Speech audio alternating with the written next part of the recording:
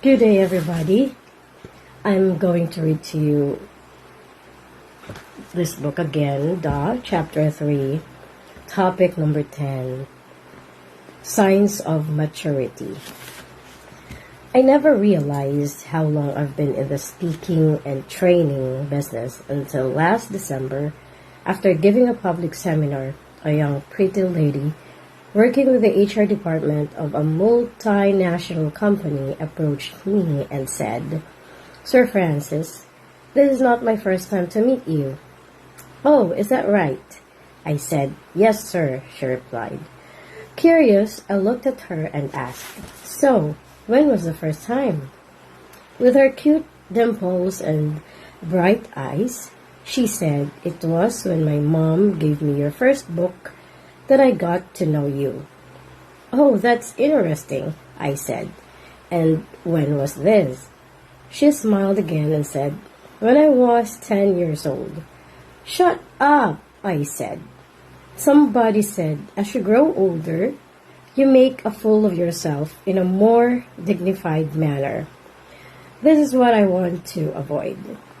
I hit the big 50 a couple of years ago, but you and I need to understand that with today's nutrition, exercise, vitamins, and antibiotics, 50 is the new 40, 60 is the new 50, and 70 is the new 60.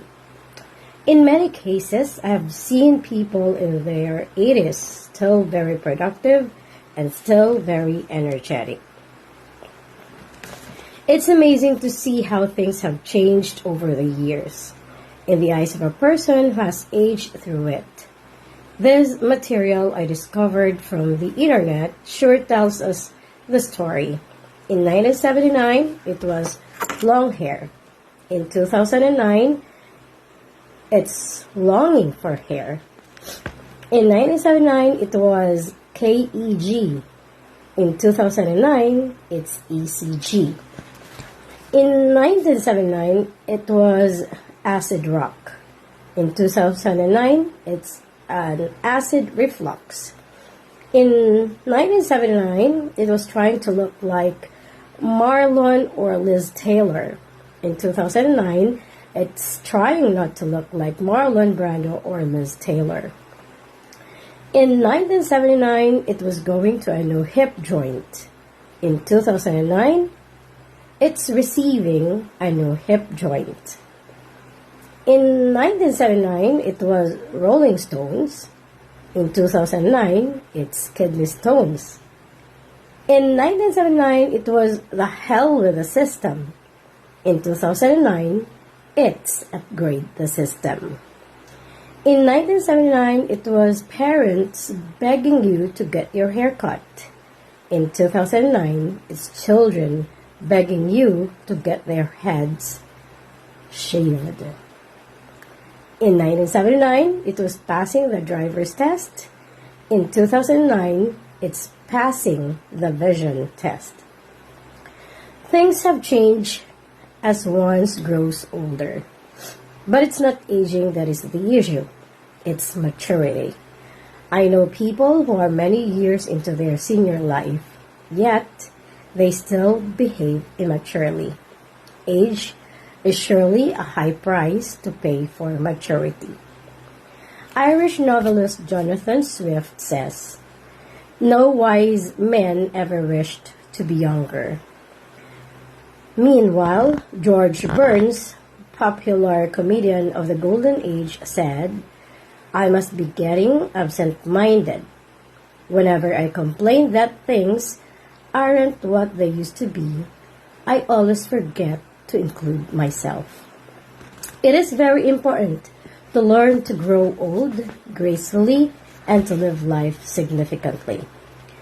At a senior center in Florida, a group of seasoned citizens were sitting around talking about their ailments.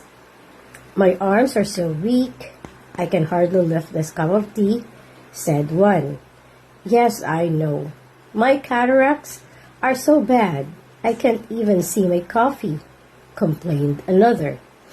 I can't turn my head because of the arthritis in my neck, said a third, to which several nodded weakly in agreement.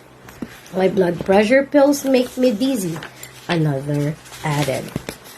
I guess that's the price we pay for getting old, winced an old man as he slowly shook his head. Then there was a short moment of silence. Well, it's not that bad, said woman cheerfully. Thank God, we can all still drive.